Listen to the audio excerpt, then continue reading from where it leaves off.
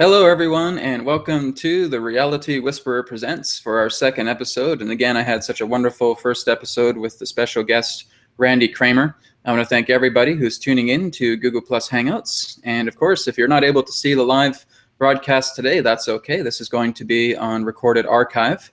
And so you guys can just go to my YouTube channel, which is youtube.com/user/self-empowerment-TV, and you'll be able to view this live. All right, so we have a very exciting show here for you today. We're going to be getting into our special guest here in just a moment.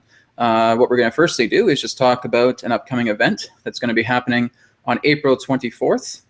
This is called the Channel Nexus, and you can find out more details relating to this at realitywhisperer.com. It's going to feature 4 channels, myself, as well as Rob Gauthier, Susie Baylor, and Roxanne Swainhart, and it's hosted by my good friend Daniel James. And we're going to be talking about a variety of different subjects throughout this channeling event. And it's going to be a full day event. And there's also going to be a lot of bonus gifts that are available as well, too. So if you guys want to check that out, you can just go to realitywhisperer.com. We still have registrations available. So you just go ahead and click on the poster, and you can purchase a registration. And of course, this will be happening on April 24th. So again, we're looking forward to this really exciting event. And of course, the next episode to the Reality Whisperer webcast is coming up this Tuesday. And I'm going to be talking about the aura, the energy body, and healing technology, specifically radionics. So we're going to look into that and have a lot of fun in that particular episode. But today I have a very special guest with me today, and her name is Elena. And Elena, thank you so much for being on the broadcast with me today. Thank you, Brad. It's nice to be here. It's great to talk to you as well, too. Elena and I have a mutual friend, and that's basically how we were able to talk face-to-face. And during our first meeting, I was actually able to do a group channeling with Elena and her friend Chloe and my friend Michelle, and as well as Jim Charles, who is very, very well known in the human colony for channeling multiple entities. So we had a really exciting group conversation. And Elena was just telling me about her background in the secret space program. I'm like, oh my God, I got to interview you, right? So this is basically what led to today's interview. So I'm really looking forward to everything that Elena is going to share today. And as a brief overview for Elena, Elena refers to herself as the Star Traveler and has over 50 years and back experience relating to the secret space program. And so when I met Elena, Elena just feels like this big, beautiful crystal, you know, just walking by, and has all this amazing psychic attunement to her. So we're going to be asking her some amazing questions today. And of course, you guys are going to have the chance to ask her questions as well. So all you have to do is on the event page or on the YouTube page, wherever you are, just go ahead and click on the Q&A green icon that you see. And this is a Q&A app where you'll be able to type in your question and post it. And at the latter half of the show, we're going to go ahead and bring in some Q&A for people that have questions for Elena. All right, so again, thank you very much, Elena. And we're going to just first off get into the secret space program, about how this all started with you. So how did this all begin? What age were you when this whole endeavor relating to the secret space program started? Well, it all began from the age of 2 to 10 when I was born in the Ukraine, and I figured out that I was abducted by the Draco reptilians, and they had taken me to some of the underground bases in the US, and they had done some genetic modifications to me. So I have nanobot or nanonite technology in me that was supposed to prevent me from doing ascension work and contacting ETs in my later half of my life, in my 20s and late 20s, 30s. So that's how I got indoctrinated, so to speak, into that lifestyle. There was labs there. I saw labs. I saw all kinds of genetic experiments, and I know this was in the US and 2 underground bases. So I saw reptilians. I saw another tall being with a long beard and long black hair. I think it's called the genetic harvester, ET species of some sort. And he was the one that extracted DNA from me and did genetic splicing. So that's when it all started. And my parents were saying that I would used to scream at night and be afraid to sleep alone in my bedroom in the Ukraine, because that's when they would take me at night. So that's when I became familiar with the underground bases from that young age. And I So, forgot. so with these reptilian beings, were they very commonly like the Draco that people would describe? Yes, yes. Some of them had like this white type of scaly skin. Some of them were more grayish green because there's two types of Dracos. Right. So some of them had wings, some had tails, some had no wings at all. And they had many children there in the underground bases. So it wasn't just me. They were doing genetic engineering on other children who are light workers or light warriors or just people who help with the ascension for this planet and its people. And how long did these experiments continue on for? Well, it was from the age of 2 to 10, so about 9-10 years. 9-10 years. Huh? Yeah. Yeah. And so was this all part of like a genetic experimentation to kind of amp up like a lot of your psychic ability in that way of training? It was actually to stop my psychic abilities, to dumb down my natural intuitive empath abilities and my psionic abilities. It was to dumb it down, and it worked for a while, but then in my late 20s, I started awakening, remembering, and my abilities just started growing again. So it worked for some short period of time, but I have all of my abilities back. But they did do a lot of genetic engineering, which makes it harder for other races to get information from me. Wow. Very interesting. So basically, with all this was happening within the Draco, was there any particular type of intervention to stop them from doing this type of experimentation on you? Was there like somebody that kind of intervened? Yes, the group of L's, LETs from, it's another alternate universe from 13,000 years in the future. So they had set up a locked timeline where I would still do all of this work in my late 20s and 30s. So that timeline has come to be right now. They locked it in position so it could not be altered. Even with manipulation, anybody tried to manipulate it, they can't. It's been locked in place. So that was the protection that was set up, not when I was a small child, but later on in my older years for right now to do this work. So that was the protection that was set in place. Now, can you describe these particular L's, like what type of beings they are?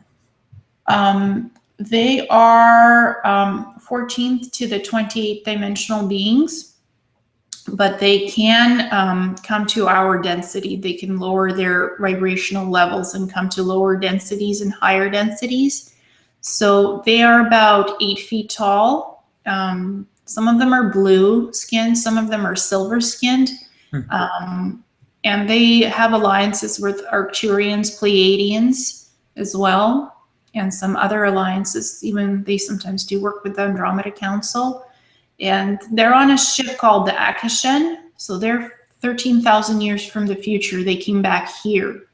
And I'm 13,000 years from the future. So some of my soul spark came back here to do this work. Right. And so are they basically above the planet, like within the vicinity of the Earth right now, just kind of patrolling it, or? Yes, they are. They are, but they're saying they're supposed to go home sometime in September. So something is supposed to happen in September, and my contact, Anaya, who's actually the blue lady, she has a blue skin. She was showing up. She actually talked to Adronis during the reading when we met. Right. Yeah. She was the one that was saying something big is going to happen in September, and she was very insistent about it. So she's been giving me all this information about. Have they given you any particular clues about what September holds? She's saying that ETs hope to make contact with us to have open landings. That's what she's giving me the info about sometime in September. And the government wants none of this to happen, but the ETs are ready to introduce themselves to people, just normal everyday people, land in people's backyards, land near institutions, introduce themselves. And they're going to be humanoid looking ETs, not the ones that don't look so human, because they don't want to scare anybody. This is just an introduction. Hi, we are this. We mean you no harm. We come in peace. And they want to do this just to let people know that there is life on other planets. So are we talking about like physical sightings, actually having these craft land, people being able to see them and seeing like beings coming out of these craft, or is it going to be a little bit more discreet? Physical sightings, very discrete sightings. So, and specific light workers are supposed to meet them. They'll be visiting light workers and people who are trying to help with the ascension process. So it's not mass population, it's specific people they have in mind. Right, right. So almost kind of like certain groups that people will get in contact with. Yes. Yeah, it's very interesting because Adronis has talked about this in a few years in the past, where he basically says that there are specific beings that do actually land in certain areas. It's kind of almost like they have cloaked ships, but they basically land and they start educating these certain particular groups. A lot of them have been like indigenous tribes in that particular way. So this could be, in that sense, a fairly form of step up in that. I remember, of course, this conversation that Jonas had with you. And the reason, what he was basically telling me, what he's telling me right now in my mind is that the reason why he doesn't bring dates is because he doesn't want any particular type of outside energy to try and bombard it, to try and create any kind of interventional aspect into it that may sabotage it. So that's why he basically just gives very, very rough ballpark figures relating to dates. So that's why he couldn't comment too much on it. Just saying approximately around the end of the year, there'll be something that will come through. And he doesn't even really describe the event as well too, because again, he likes to keep a hat on things just so things don't, it's kind of like opening up a birthday present before what you're going to get. So I think that's really a lot of his mentality. But again, it sounds very interesting with this contact. Now, would you be able to describe more about, sorry, what was her name? The blue woman? Anaya. Anaya. Would you be able to describe more about her? Where is she from? What's her role in this in regards to her relationship with you? Her role is she's a higher aspect of myself. She's a part of my soul group from 13,000 years in the future. It's a totally separate universe. It's the L universe, where everything is, time runs differently there. For us, it might be 2 years here. For them, it's 2,000 years in the future. They have the ability to open time gateway portals and travel back and forth. They do that with their ships. Their universe is cloaked, so we don't have access to it. Only specific soul groups have access to it. They're very protective of their people. So Randy Kramer has talked about kind of like a jump gate system, where you basically fire a beam and this jump gate opens and the ship goes through. Is that kind of the technology that they have? Yes, yes, indeed. It's technology from 13,000 years in the future. 13,000 years. Wow, incredible. Yeah. Well, let's we're gonna talk more about them later, but we'll get back more into, again, the secret space program and all that. So after this whole ordeal happened with the reptilians, what happened to you? Like, what led you into the process of getting involved with the SSP? Well, I always knew that I was different, but my memories were totally wiped. I had no idea about anything until I was like 26, yes. Then I went back to the Agartha network and had a meeting with them. After that, again, everything was quiet. And then at the age of 28, I started remembering all of these things. I had weapons training that I didn't even know I had. When I was 28, I suddenly went to learn about restricted and non-restricted weaponry, handguns, paramilitary assault rifles, all that stuff. I knew how to use those weapons without even having any formal training.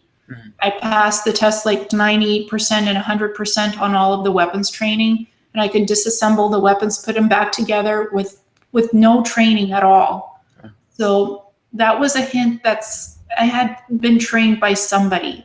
That was the beginning of it. And then I also started riding motorcycles, and I have no idea what that was about. And that was part of the training in the special programs. Right. So with the 50 and back, is there still gaps within the memory, like still tending to remember a lot of the things that you were doing in the SSP? Yeah, well, like I was telling you when we met, that started coming back like half a month ago. I always knew that I had some kind of special training with some kind of military operation. I just didn't know what it was.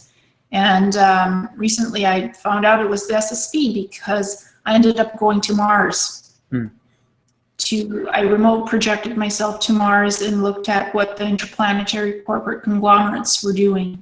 And they have about 4 bases that they experiment on humans, what you call transhumanism, where they integrate human body with cybernetics, and they download the human being's consciousness into the new cybernetic body. So I saw all of those bases on Mars, and that's when I started remembering that I had some kind of affiliation with the interplanetary corporate conglomerate. So that was the first inkling of this, that I was part of it. And recently I remembered the age regression procedure. Yeah, So because we're definitely going to get into that as well too. Let's go back into the Argothan network, because you were talking about you had connections with the inner Earth beings. What type of interactions did you have? Was there a vault that you went into? Was it like in the very deeper areas of the Earth, or?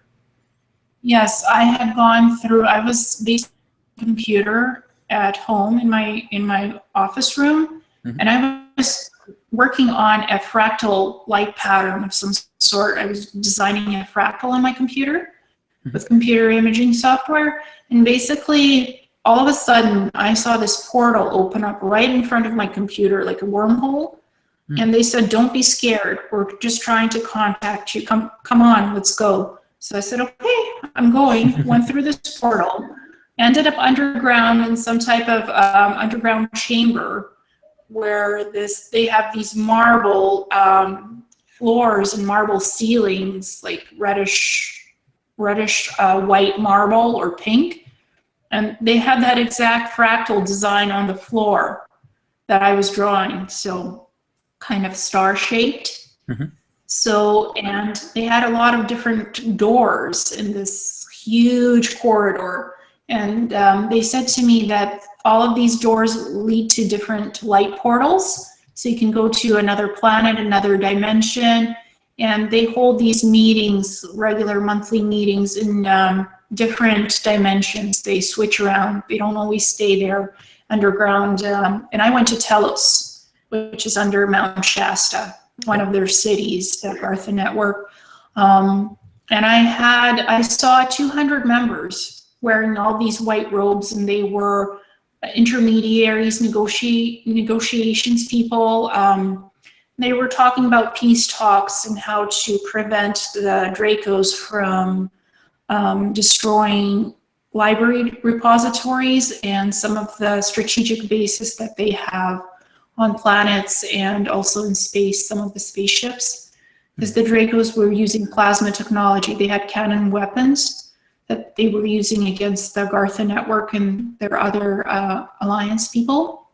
So you said there were about 200 of these. There were 200 of these particular beings. Was there a representative that was speaking on behalf of them, or were they all kind of speaking all at once, or how was it working? Well, it was a meeting. It was a peace talks meeting, and they sat in this kind of round amphitheater. Okay. Huge. Yeah, in a conference room, and they were all wearing these white robes and just talking 10 minutes, talking to themselves before the meeting started about all of this stuff. They had these kind of eyeglass pads, I guess. Smart pads. The smart glass pads. Yeah.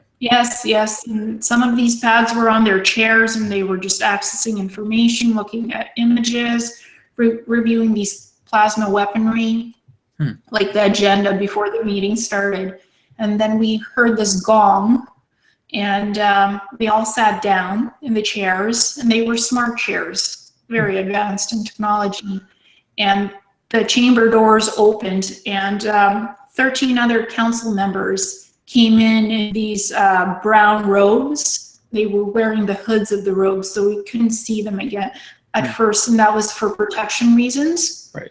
And then the meeting started, and everybody was looking at the eyeglass pad information, and these 13 council members started discussing all of this in detail, and the meeting was about Earth time, 2 hours. It felt like 30 minutes to me their time when I was there. So are they basically almost operating in almost like a type of different time continuum than us in that way, that maybe time kind of speeds up in our particular view, but is slower in their way as well? Yes, exactly. So it's the time felt different to me. What was 2 hours in Earth time was like 30 minutes in their time. So it's almost like it's almost like going into a completely different Earth when you go inside. So something. Yes, because they're fourth, fifth dimensional, and there's some aspect of the 3D dimension when you go into the chamber first, into the corridors where the other light portals are. So some 3D aspect to it, but when you go deeper, it's fourth, fifth dimensional. Wow. So basically they were all together having this big kind of meeting. And again, I think you said they were looking at plasma weapons and all that with the smart glass pads. Yes. Was there something that they were Yes. kind of sharing with you that was important for you to convey to others, or was it just a kind of an overall meeting about what was happening? They were looking at information how to disable the plasma cannons and how to protect the races who are awakening. So it was kind of like peacekeeping negotiations and peace talks, and just how to protect all of these planets that are evolving. Wow. So the Dracos couldn't get their hands on them. Are you still in contact with a lot of the inner Earth beings at this time with the Argothan network? Have they showed themselves more recently, or is this again some time ago? Yes, they showed themselves again about 2 months ago. I met Kari. Her name is Kari. I met Shailene, and Kari has this long white hair and she wears a robe. I met Shailene, who has sort of brownish blonde hair, and she showed me the Palgalthos library, which has 4 floors to it, and it's really interesting. I met Orislav and Oren. Orislav has white blonde hair, and he's very tall, and Oren, I think, has brown hair.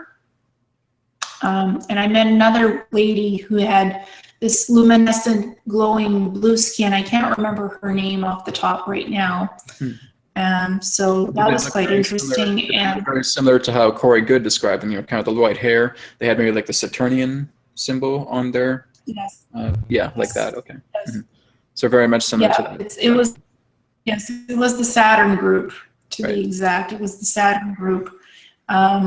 So that was very interesting, and they wanted a vision of the ascension process on Earth, because I'm connected to the Earth. I'm a shaman. So I have regular to the Earth as providing, I'm a conduit for the Earth to make sure her energy transmutes correctly. So there's no man-made disasters, that she stays calm and peaceful and grounded. I help the planet with that. And they wanted to see the Earth's ascension process, which I had seen in a telepathic dream.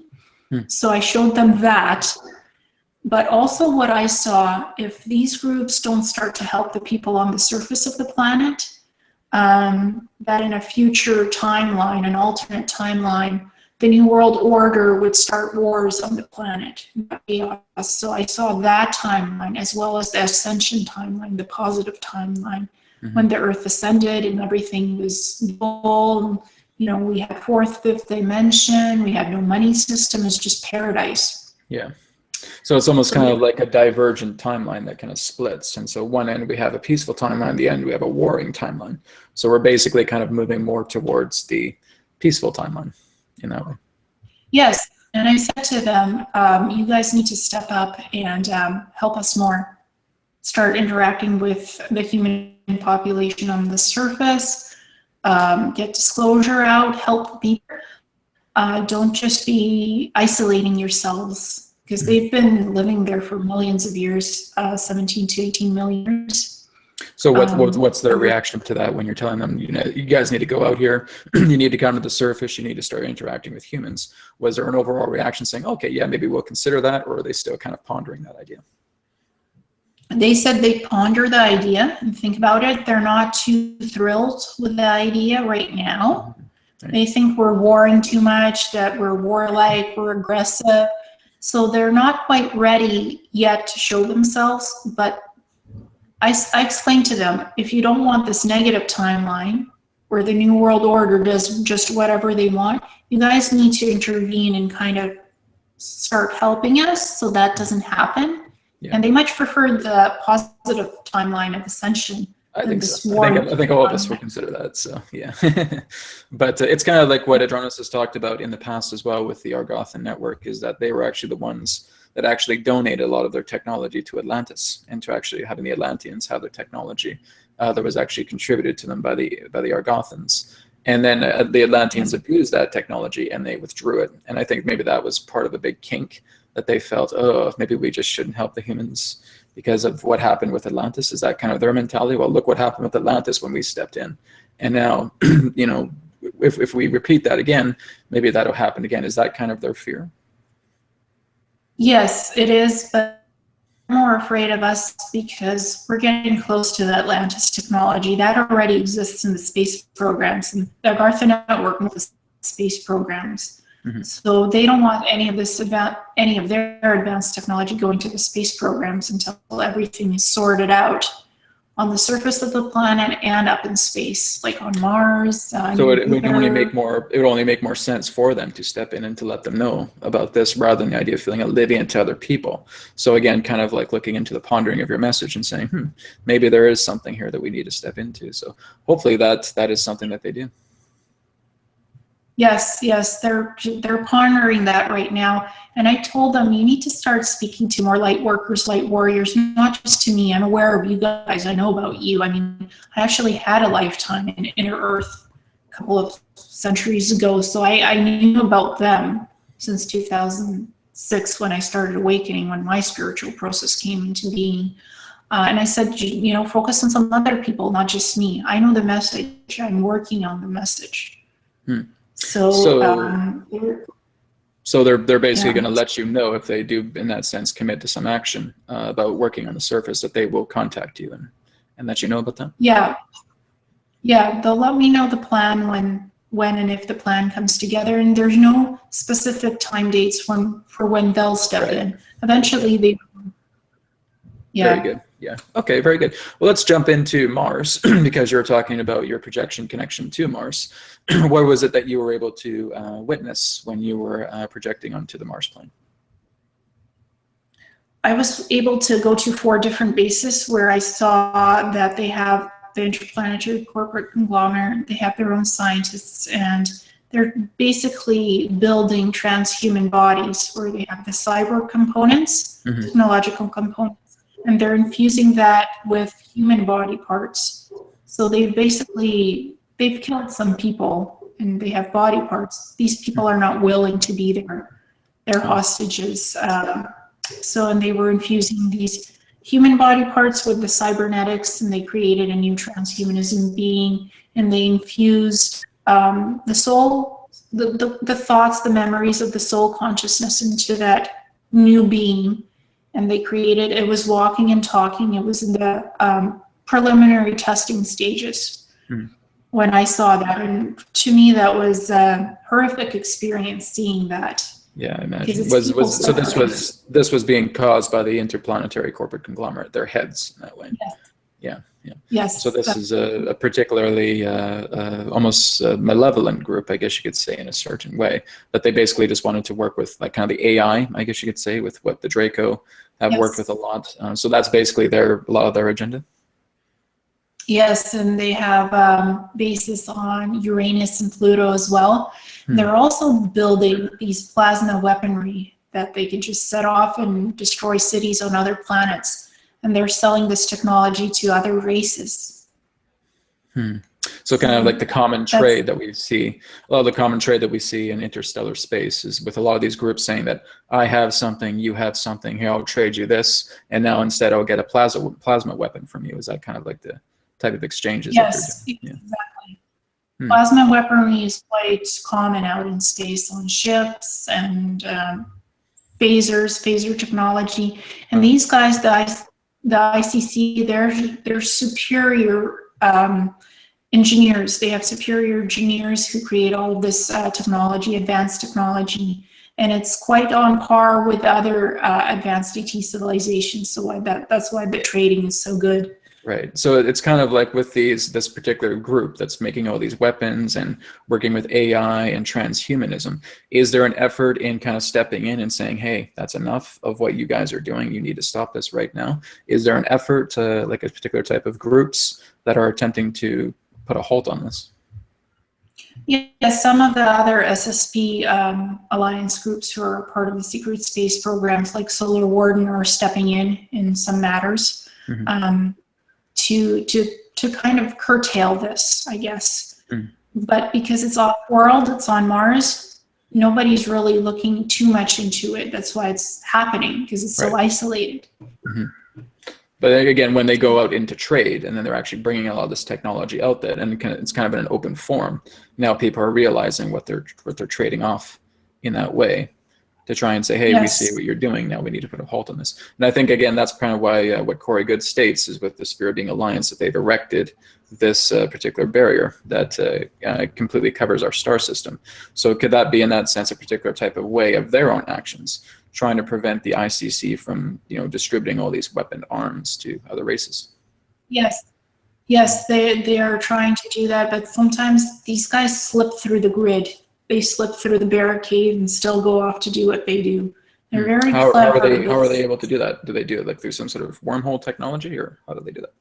Yeah, they have technology that basically disrupts the quarantine field. They can create a hole in it temporarily, energetically, like it's all electrical. It's electromagnetic technology, advanced technology. It can disrupt the quarantine energy grid and slip out and slip through again, unnoticed for temporarily. So they're still doing that. Yeah, in the Law of One books, they talked about, again, a quarantine field that is around the Earth, and it may be referred to as the Van Allen belt. And that they basically state the same thing, that there is a quarantine shield around the Earth, and that if a ship just unknowingly wanted to go into the Earth, they would almost bounce right off this. And they said that sometimes there would be vulnerabilities in the field where somebody could slip through. I guess that's the kind of same principle relating to the solar system quarantine field. Yes, yeah, they can slip through and still get out and not be noticed for a while, but after a while they will be noticed because they create a time dilation distortion in space and in the energetic field. And time dilations are being monitored right now by the Sphere Being Alliance and other council groups who are enforcing this energetic protective field of Earth and around our solar system. So, and we have to keep in mind, hey, the Milky Way galaxy is huge and the Andromeda galaxy is huge. So there's a lot of places where these guys could slip through and go off and do their thing. Exactly. Yeah, it's a big, space is huge. So there's kind of, sometimes they slip through and they do their thing, but they're caught eventually. And it's just so sad that we're looking into a group like this that really has no sense of morality or ethics relating to what they trade. There's even been times where people have said that they've actually traded humans to these other groups as well too, so that they could actually have slave labor on other particular planets. So it's very, very shocking and saddening to see that there's a group like this that really has no conscience and is basically supplying arms and even other human beings to these other groups. Yeah, they do that. I mean, they even create assassins. They tinker around with genetic engineering. The Draco have given them some genetic material, and they've created assassins from it. Wow. Human slash reptilian assassins. And I had a first-hand encounter with one when I actually first announced all of this information about the ICC. I had a visit from one of their scout ships, from the ICC scout ship. And the assassin came to my house, tried to kill me on the energetic, etheric level, make it look like a heart attack or a neurological breakdown of some sort. And she failed. So was it like an astral intrusion, not like something physical, but something within the astral planes that she was coming through and trying to attack you? No, on the physical level. She came to my house. They beamed her down from the scout ship that was, quote, hovering above my house. She's part human, part some kind of genetic engineering with Draco DNA. So she looked human reptilian to me. And she just tried to break down my nervous system and give me a heart attack. So yeah, was she fended off, or how did that happen? How did the altercation conclude? Well, basically, I used my advanced psychic abilities on the etheric levels to push her out, push her out, and she was trying to choke me energetically. She was pushing on my body, all my life force energy, trying to suck all of that out. And I said, look, you can try to kill me, but you won't succeed because I can fend you off, and don't come back. You can tell your superiors you can kill me on the, you can try to kill me on the physical level, but I can come back as a stronger being if I wish to, and clean you up. So don't come back again to my house. Don't threaten me. Don't threaten my family. Hands off. You can't do this to me. And I could freely put out the information that I need to on my website, YouTube channel. Wow. And that's basically giving an overall message for all of these groups, you know, that are trying to threaten people and saying that, hey, you need to put a stop to this, or we're going to, you know, impose ourselves into you, and letting them know, hey, you can do this to me, but, you know, we will be coming back in a much great stronger number. It's kind of like when you're disturbing the water a little bit, it's kind of like it's building into a gigantic momentum wave. So if you try and push against the storm only gets stronger. Is that kind of the mentality here? Exactly. And after that, she was punished. She was beaten with this electrical whip that she because she failed to kill me. She was severely punished by her superiors, I see. by her commander. Wow. Yeah, So much going on. So much going on in this planet. It's just, you know, it's amazing, you know, about looking into all of these things that are taking place. And you would think that this is just something that, you know, people will see like out of fiction, out of movies and all that stuff, and that these are very real events. And that's also what I've just been discovering with a lot of my research in the past 7 years, is that Earth is everything that we would understand fiction to be and more, and it's nonfiction.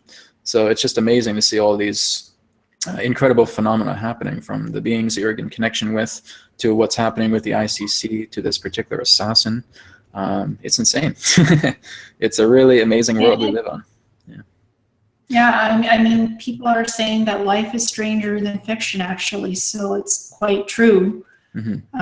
For me, at least, from what I've experienced recently. And this has started, the last 2 years have been quite interesting, because all of the ETs are reintroducing themselves to me. And that's how actually my website started, in the YouTube channel. They asked me to do all of this disclosure work. It wasn't my idea. It was the Andromeda Council, the Arcturians, the Pleiadians. They all asked me, you know, you start working on unification, start putting out disclosure, start working with people who are similar to you, and just help normal people to awaken with this website and this YouTube channel. And we'll help you to accelerate all the energy so you can accomplish all of this in half a year. Wow, very nice. So looking into your intuitive empath training, like what does that entail? Because I mean, Corey Good has talked about it a little bit, because you mentioned in your 50-year back secret space program venture, you had, you know, intuitive empath training. So what does that exactly entail? Like, what's the particular type of training that an intuitive empath needs to go through for these programs? Sure. So I'm an intuitive empath. Basically, I can read anybody's soul energy and get information from people. If you're not well energetically, I can read your life force energy, basically, and tell you about your past, your future. You know, I have those precognitive abilities to be able to do psychic readings for people, and I have done that already. I'm able to channel ETs, so ETs can come through me and talk through me. I don't like that mode of doing that. It's not my favorite mode. I like telepathically communicating with them one-on-one. So channeling is not my favorite mode of operandus, so to speak. I have an ability with languages. I can basically mimic any type of language and translate it easily. That's part of what I did in the secret space program. So kind of like a multi-language extraterrestrial like language, like a syntax in that way. You're able to kind of track these and translate them properly. Yeah, I can interface with different types of technologies. I can easily learn technology, how to work with stuff. Wow. I have remote viewing abilities. I can project myself onto other planets, astrally and physically. Like, I create a certain new body for myself when I project myself into other planets, or I'm just in space looking at what's going on with the Earth, like a light body. I build my own light body and I just go. And is it something that's in observer mode, or are you actually able to involve yourself in conversation with other beings on other planets? it could be either observer mode, or I can involve myself with other beings. I have, basically what I've been told is I have the ability to get anything, any universal knowledge that I need from this universe, because I was part of creating it in the beginning. So I have a connection with this universe. I can just ask the universe a question and I can get an answer back, an honest, 100% legit answer of what I've asked and the answer to the question. So that's part of it. All of my senses have been amplified. Smell, touch, taste, hearing, all of that has been amplified 100-fold. So even if there's a closed room, people are whispering, I could still hear them through a closed door and closed wall. So it's almost like this particular ability could be used for certain types of reconnaissance. So you basically, like in the programs, you could design your light body and actually go to these different planets and saying, oh, well, this is the agenda that these guys are cooking up in that way. So kind of like astral spying in that way, right? Yeah, astral spying. I also have perfect photographic and adiatic memory, which I didn't have before. Wow. So and were these enhanced through you, or is this a natural ability that you carry? These are all natural abilities that I have that were somewhat enhanced in the secret space program. Like I do have language implants, and I have some implants that allow me to interface with technology. So those are augmented. Yes, those are enhanced. I also have ocular implants that one of the ET races gave me when I helped them with building a light body, so to speak. So an ocular implant, you mean like being able to see like in the astral realm, or being able to see hyperspace, or like how does that work with the ocular implant? Being able to see in hyperspace, being able to record live events, that everything that I experience, I just record it, and then I could match it up with ET images of what ETs look like and provide information about them when I'm back on Earth. So were you creating like a catalog of different types of ET races? So basically, someone like Sergeant Clifford Stone, who I've looked at some information with him, he basically says that there have been 57 known species, and so they were able to create a catalog. Was that part of your responsibility as well too, kind of creating a catalog of different ET beings that exist? Yes, when I was the linguist, it was part of that, and I'm creating a catalog right now of who I'm meeting. So how many races do you feel in this catalog that it has captured? Do we have hundreds, thousands of particular races that we've looked at? Thousands, I would say, because I've cataloged right now, I've cataloged about 20 different species that I've met.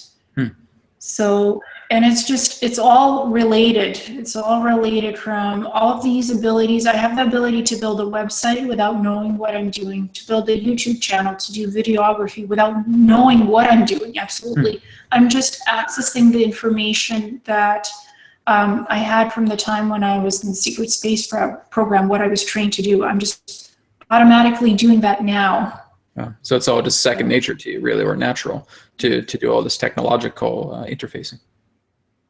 Yes, it's all very, very simplistic to me, and I have no idea what I'm doing. So with the catalogs, with all of these thousands of different beings, is there a common seed, I guess you could say? Are many of them humanoid, or is there kind of different ones that may be plasmatic or non-human, or are they kind of all just a mixed bunch of different types of genetic templates or genomes in that way? Mostly they're humanoid looking. There are some that don't look human at all. They're plasma based, they're even liquid based. There's all kinds of different ETs. I mean, the whole universe is populated with billions of them. Right. Yeah, I was mostly dealing with the humanoid types and confederations and federations rotating in meetings and stuff like that. And this is where I was asking Randy Kramer as well too. Were you able to connect with celestial beings, like basically beings that exist in outer space? That could be like amoebas or different, almost like a paramecium in that way. Like they're basically just like these kind of blobs or plasmatic beings. Did you see something like that just existed as celestial beings that actually exist in outer space? Yeah, I see stuff floating around all the time, and in the secret space program, that's quite common to take samples and to go and study it and keep it alive for as long as possible. Sometimes they release them back, sometimes they don't. what the secret space program doesn't understand is that these beings are alive. To them, it's just test subjects most of the time. Right. Yeah. Wow. So, and for me, I felt compassion towards these types of beings because I can interact easily with animals of any type and telepathically speak to them. That's another ability that I have. Wow, very interesting. So let's go into the kind of specialists energy that you had. I guess you could say the specialist tasks that you had. What type of specialities were you connected with the secret space program? You said one was a linguist. I think you said there was one that you were like an aeronautics specialist as well too. So linguist, 14 years, information technologist, 16 years, and the other 20 years it was the aeronautics specialist. So there's a few years that are kind of unaccounted for about what you may have done with the 50 and back? They're all accounted for. The memories are still a little scattered, still trying to figure out. So when I was the linguist, I can tell you, I would go into all of these different conference meetings. Some of them were huge. You know, you have 300 people standing ovation. Some of them are sitting, some of them are standing because they just pack them all in. It's mostly humanoid looking ETs.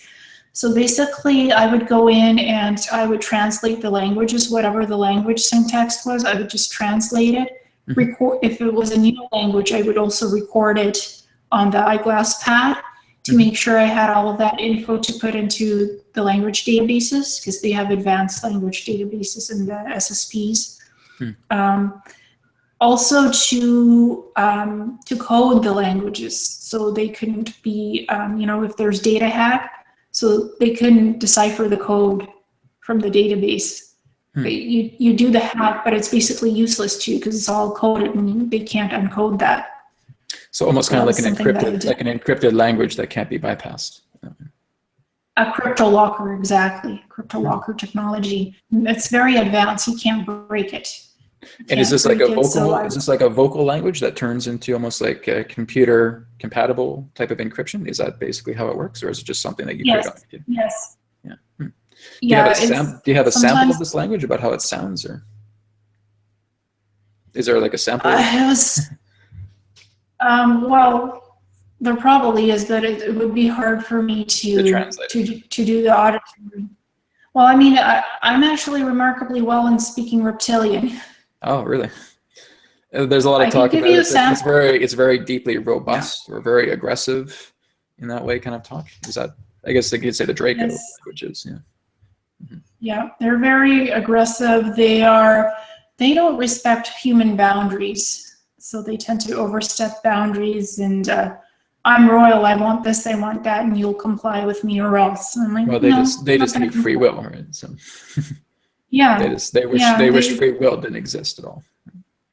Yeah, some of the meetings involved the Dracos in it, negotiations to make sure they didn't encroach on Earth space in the early 2000s. So that was because they were encroaching on our space quite a bit at that time, from 2000 until 2011.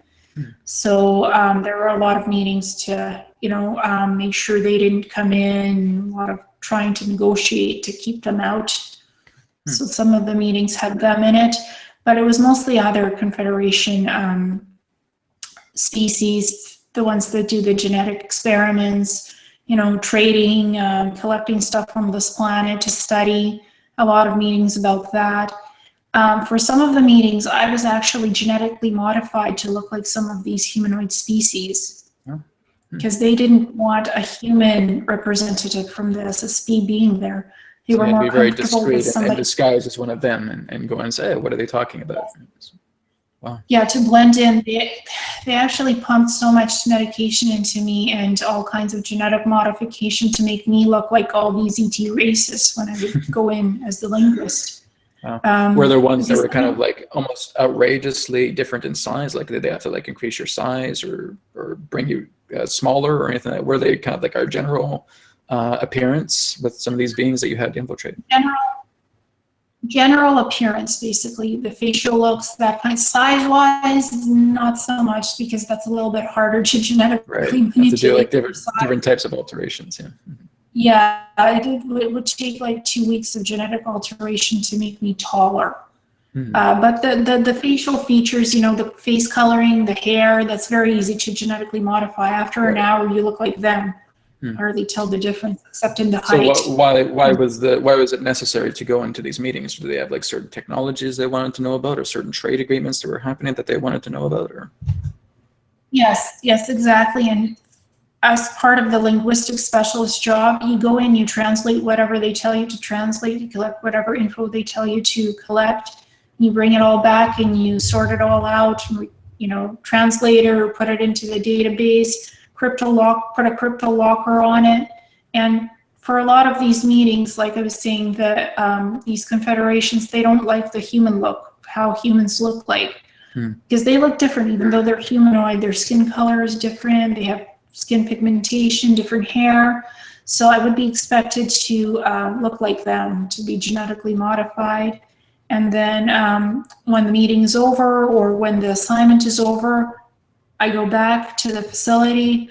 They take away all the genetic modifications that are, you know, ETDNA, and I go looking back to human. Wow. So you're just mentioning that these oh, there's a bit of an echo in the background. There's just that you were basically going into these meetings, and some of these beings don't like humans. So what do they have against the humans that they really don't like? Well, basically the SSP, they know that when you're in the meetings with these confederations, some aspect of the SSP needs to be there because it's Earth negotiations with all of these confederations. So you're just seen as the interpreter. You're seen as you're quiet, you stay quiet, you don't ask too many questions, you just do the translation between AT racists and the human representatives. You do your work, you stay quiet. If you do have questions, you can ask them at certain intervals between the meeting when they're taking a little break. You have to be very respectful about the ETs because they see themselves as superior to us in most of what they do. So you have to follow a lot of protocol. You can't just raise your hand and ask a question. You have to wait. Right. So it's kind of like they see the humans as the new kids on the block, as the young species in that way, and that these particular beings are very, very old and ancient in that way. Is that their kind of mentality? Hey, we're the ancients here. We're the elders. Know your role and you know, keep yourself quiet. Young species. Is that kind of their mentality with the humans? Yeah, sort of, and just every species has its own protocol for when you come into always the same group of species or the same people even. They rotate back and forth to these meetings. So you have to, before you even go into the meeting, you study their protocols and their culture and the expectations that they'll have of you. You're given a dossier basically of, you should do this, you shouldn't do that, that's not allowed. And you basically follow the rules and the protocols for the meeting. Wow. Very interesting. Yeah. Well, this is incredible information here, looking into all these meetings. Now, were these meetings held in certain places? Like, were some of them held like at the Jupiter space station, or were there different places that these meetings were being held? Yeah, the trading meetings about trading negotiations is held at the Interstellar Jupiter space station. Some of them are held on the moon, and the moon is very restricted. It's like it's a peacekeeping place where all the species have to get along together. So very strict. Yeah. If it's they'll have one big truce there, and everybody has to really get along. Yes, they do. You have to be very respectful on the moon, and there's certain restrictions where you can't go. On the moon, it's held in the underground bases. There's the surface bases on the moon that the SSPs have. A lot of the ETs have underground bases, so that's where the meetings would be held. Very interesting. So I guess for many of the different, I guess you'd say, entities that are part of the secret space program, you have the Interplanetary Corporate Conglomerate, you have the Global League of Nations, you have Solar Warden, you have Radiant Guardian, you have Lunar Operations Command, you have Dark Fleet. Are there other ones that you've met as well too? Well, you have to keep in mind the Earth Alliance because it's part of it does a lot of work with the secret space programs, and you also have your dark shadow governments on Earth, which have contact with the lower SSP alliances. So it's quite tricky. There's so many different So many groups different involved. compartmentalizations, and yeah, like a giant Yes, cabinet. yes. Yeah, and I had security level access from 18th level to the 36th. Wow. So quite a bit. How high do the levels get? Are there a certain ladder that reaches? Very much matters which level you have access to in terms of security and information. From what what I'm remembering, it's 52 levels and up. There's even higher than 52. Wow. Insane. Quite structured, you stick to your job, you do what you're assigned to do, and then you move on to something else. And But they from rotate 18 to 36, that's quite a high level with that much permissible, access, I guess you could say. Well, for every assignment that you're doing, you're assigned a specific security level access that you're working at. And if you are not supposed to go above that level, you don't. If you need access to a higher level, you get all the permissions, and then you do the work at the higher level as per the job assignment. Very interesting. Well, let's go into some of the other things. I think you said that again, aeronautics, or the aeronautic aspect of your specialist training was one of the parts. Now, were you helping to build spacecraft, or to help create designs for the spacecraft, or fighter jets? I had my own lab where I would create the online schematics for what the ships would look like, engineering. There's different types of engines in these spaceships. Some of them are older for the lower SSDs, the lower groups. They look like your jet fighters out in space, except they're modified. They have these, angles. The other more advanced ships, like Solar Warden now has, are more rounded and fluidic. And, they don't look like your basic spacecraft anymore. They look like ET craft. So Solar Warden had more of the ET-like craft. Radiant Guardian may have had things that are more conventional, like we have Earth. Like Randy Kramer would say, "Oh, you don't look at these things as ships. You look at them as planes in that way." So he had kind of almost like a plane or a jet in that way for Radiant Guardian. But it's still, Radiant Guardian still looks better than your normal human jet. The bells and whistles are on it, so it looks. It looks quite still advanced in tech, even their Radiant Guardian. So here's kind of funny. Here's kind of a funny comment for you. You weren't the one that created that crank phone for him to say, "Oh, hey, I'm stuck out in space." He basically talked about that if you're completely isolated in space, your engine's off, you have this little crank phone, and you start cranking it and saying, "Hey, I'm out of here." That wasn't your idea, was it? I'm just kidding. You're stuck, and you're like, "Hey, come get me now." Yeah. I don't want to be floating here anymore. Yeah, they have that still, but I think it's a little bit more advanced now. Yeah, that's good. You press a button. Yeah, no more crank phones. You press a button, you're like, "Come and get me. I'm stuck here." So they moved up from the old phone. They've moved up quite a bit. And Solar Warden was upgraded because they had the older technology as well, but it's been all upgraded.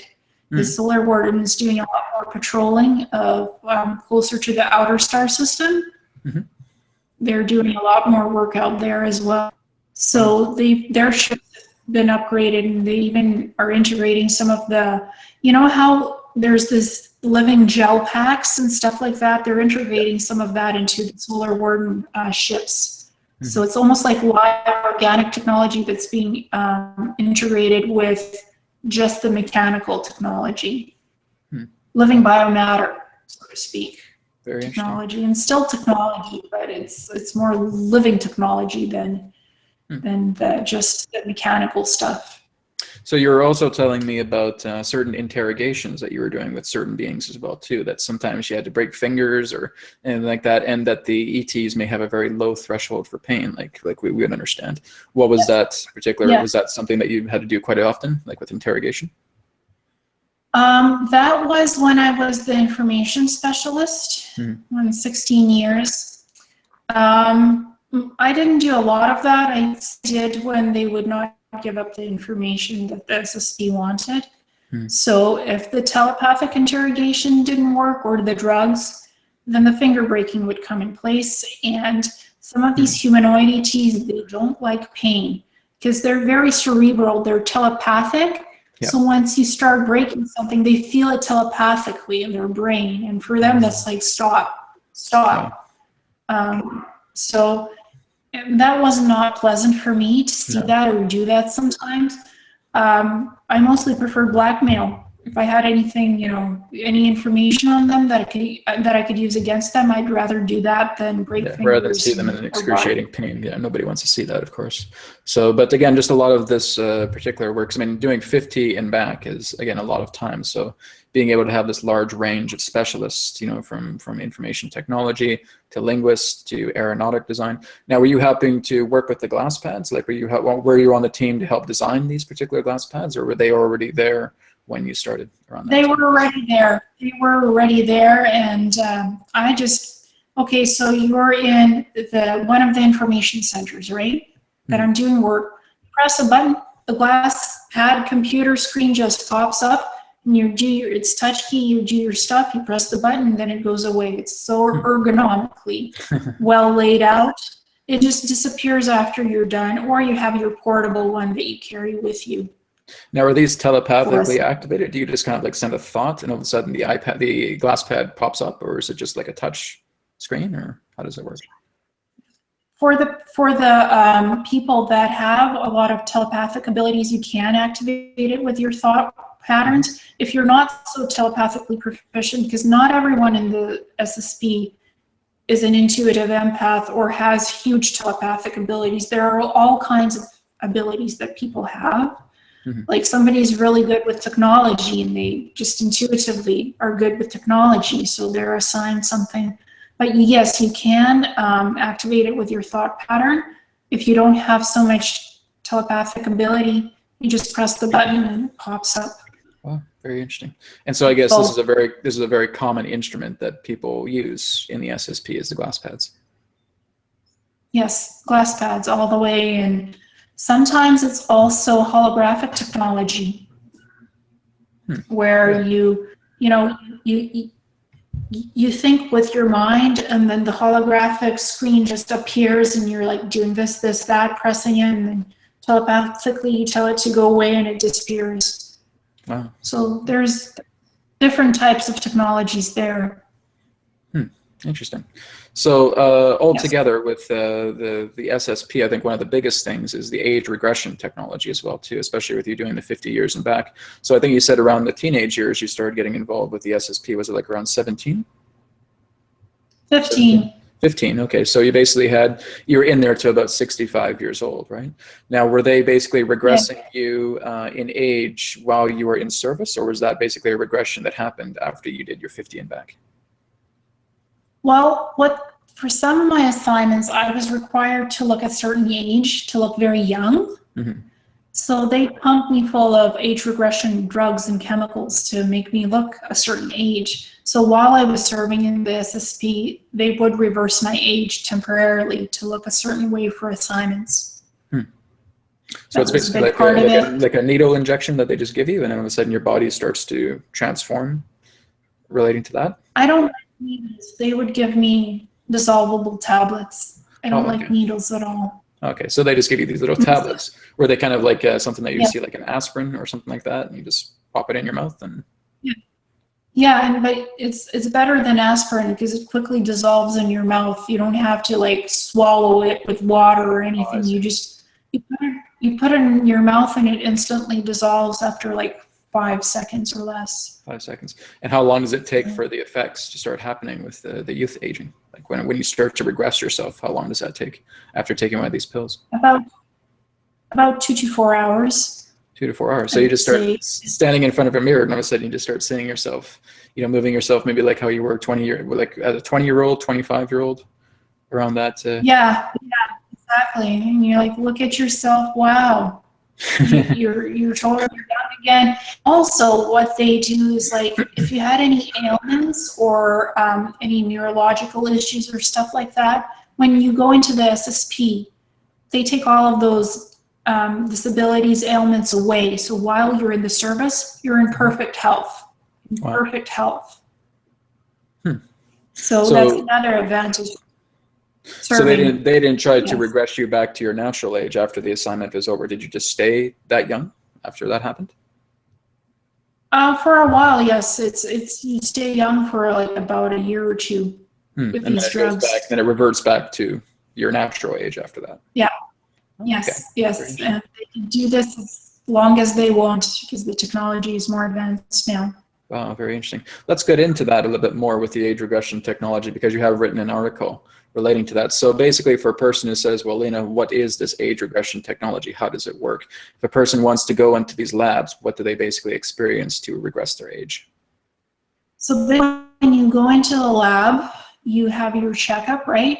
You're lying on this bed that has this screen over it, and it basically scans all your body parts, so you don't have anything attached to you, you know, like no heart monitor, no nothing like that. It just scans you telepathically, and it says what health you're in currently.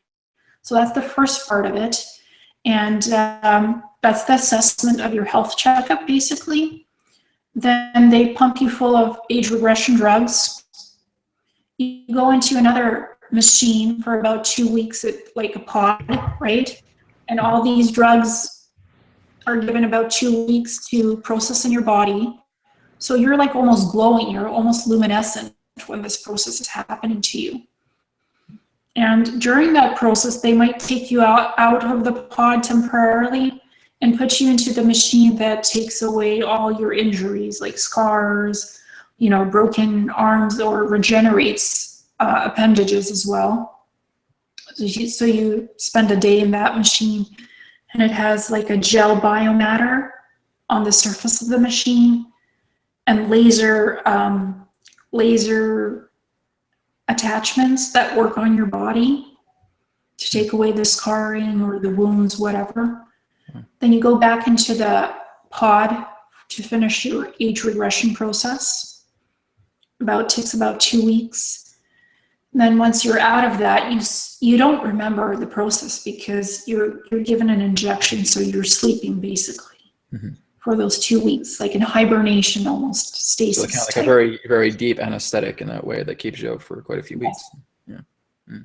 Yes, exactly. And then when you come out, you're given a couple of hours to, you know, come back into yourself, and then you're debriefed to make sure they give you all the screen memories, or they totally wipe your memory, depending on how much you know as well. What type of So work you were doing with the for them. screen memories, is this done through hypnosis? Do they basically use a hypnosis technology, or is it just done through natural hypnosis to implant these kind of false memories in you? I'd say it's mostly hypnosis technology these days, because it takes longer if you do a natural hypnosis session. It just takes longer. A certain computer technology has everything programmed for you based on you or what you did in the program. It's like these characteristics, we'll give them this memory, this stuff, you know, and then we'll send them back home. So it seems that, you know, with what you've experienced, with what Randy Kramer has experienced, with what Corey Good has experienced, that these particular mind wipes aren't very reliable. So it looks like you guys are returning a lot of your memories back to them. Is that something that they've accounted for? Like they didn't realize that people would start regaining their memories again with sharing this kind of information when they regress? Or? Well, sometimes the mind wipes are temporary. They actually want you to remember this and start disclosing about it, because they're trying to prepare the human populace for eventually disclosure that these SSPs do exist. So sometimes these memories have a temporary block on them.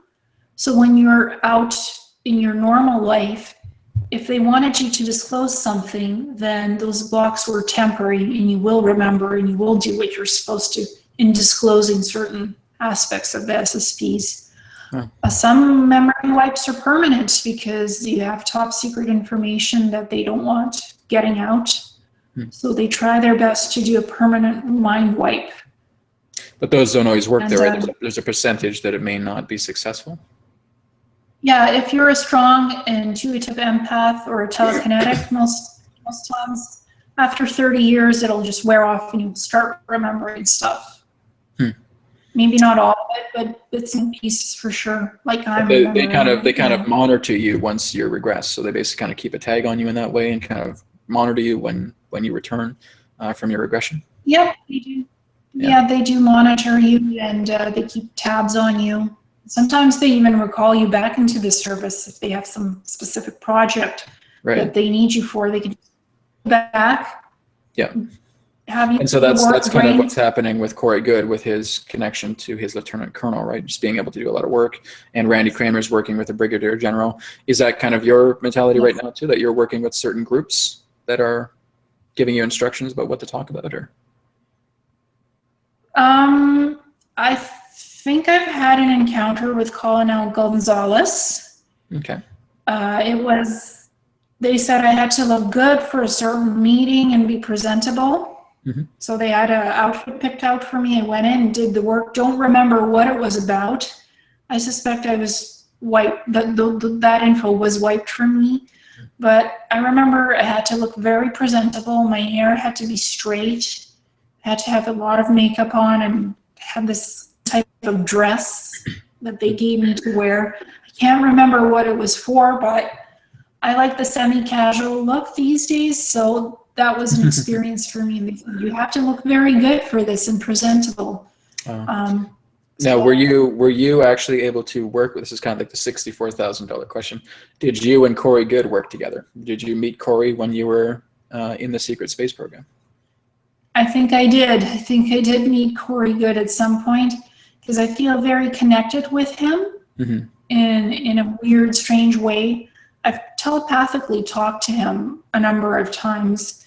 In my experience, I talked to him telepathically. So I think I met him a few times. Our paths crossed. We didn't do a lot of work together, but we know of each other.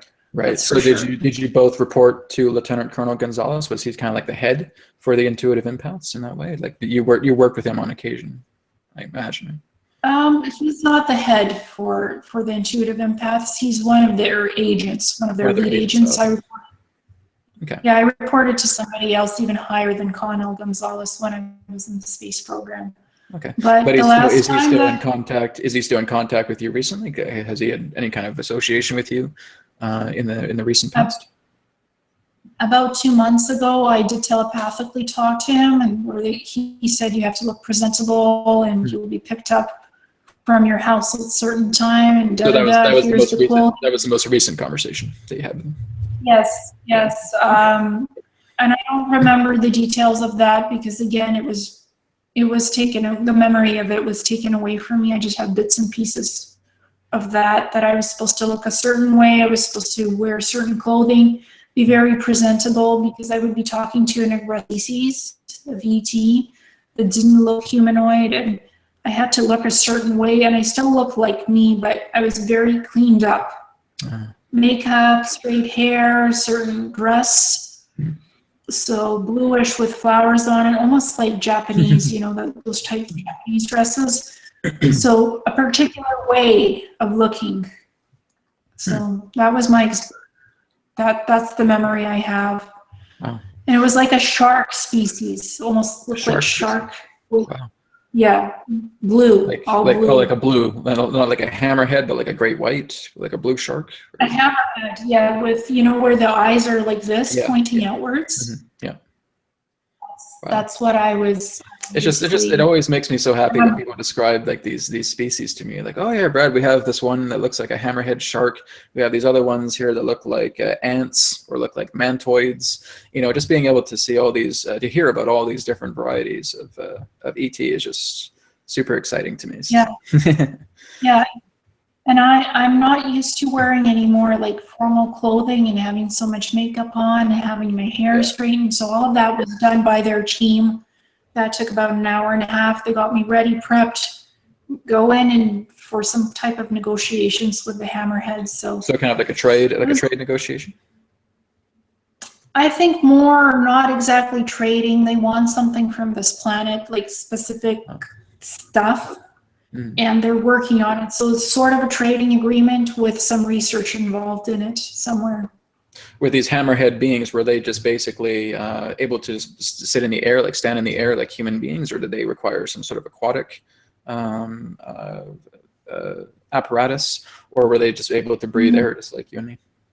They were able to breathe air. in normal human environment for a couple of hours.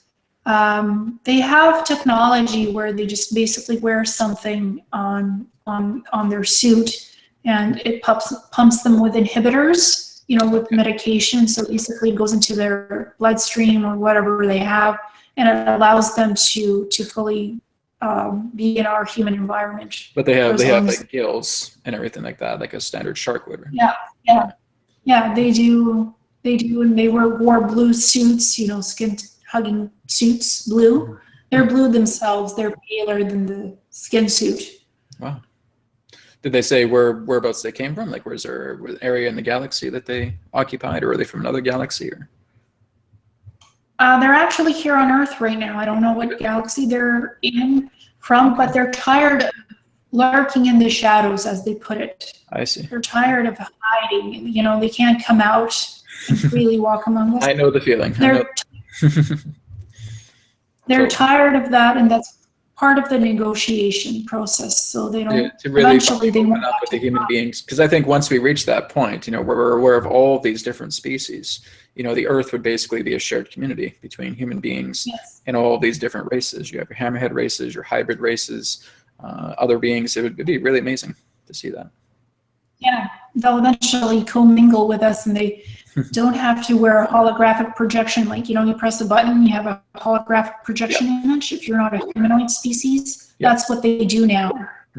So, and with all this new energy coming in from the energy waves, it interferes with their technology sometimes. So the holographic projection image kind of wavers, and they're tired of that. They're very tired of that. So that's part of the negotiations to have some disclosure where humanity knows about ETs. Right, exactly. Well, one of our topics that we're going to look into next is the megastructures that you're talking about that exist in outer space. NASA, I think, recently said that they found this big, gigantic megastructure that was in front of a sun and was you know, either collecting energy or something of that nature. But you've mentioned there's quite a few different megastructures out in space. Would you be able to describe some of them?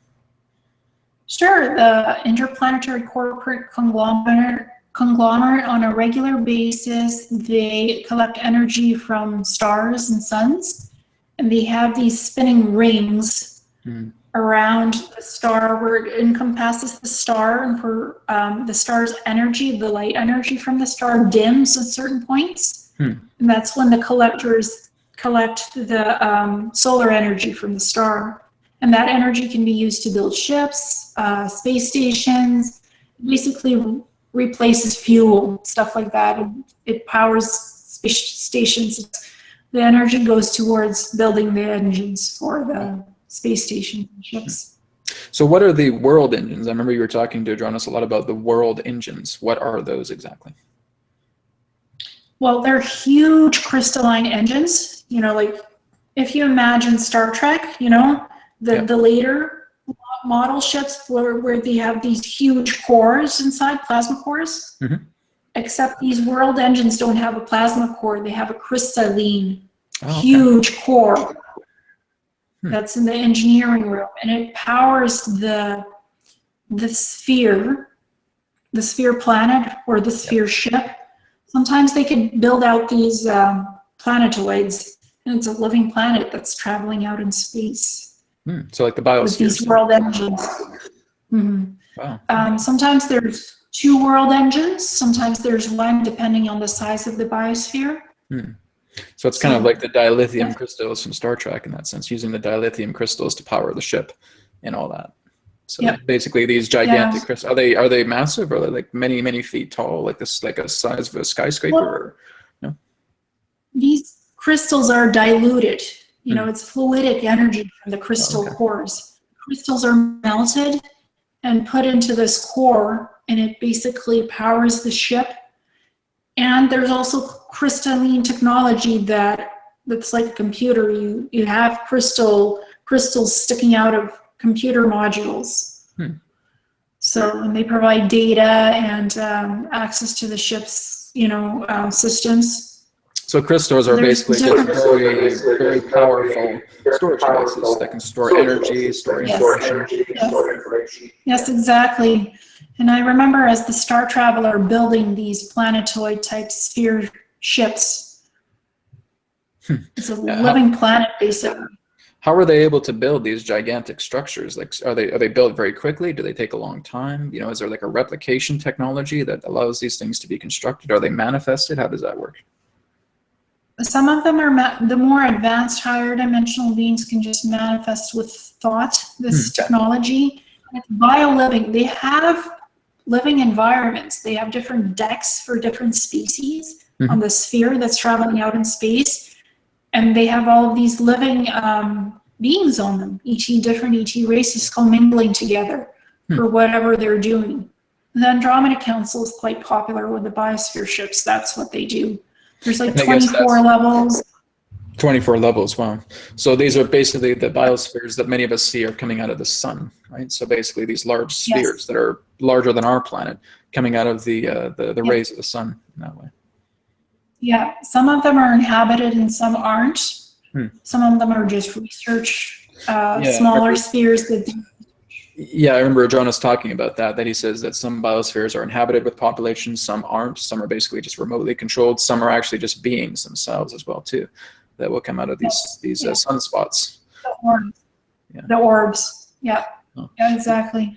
You also mentioned one of the mega structures is like a halo ring, like from the video game Halo.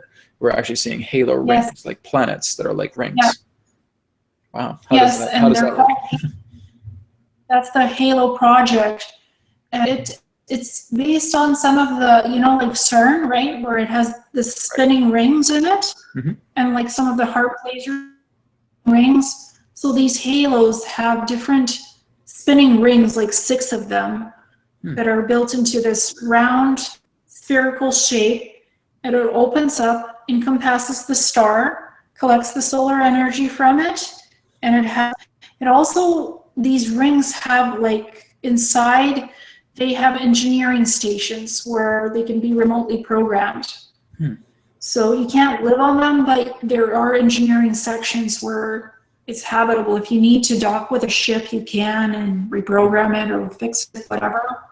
So like the video game Halo, they basically have the ring where inside the ring is like land and water and all that. Is that basically what these rings are like, or are they a little bit more different? No, they're solar energy collectors. Solar energy collectors, okay. Yes, they don't have living habitats on them. Not a living habitat, okay.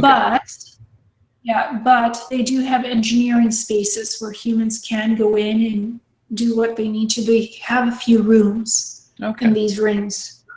And so they're just always rotating across these gigantic stars then, right? So there's collecting energy. Yes.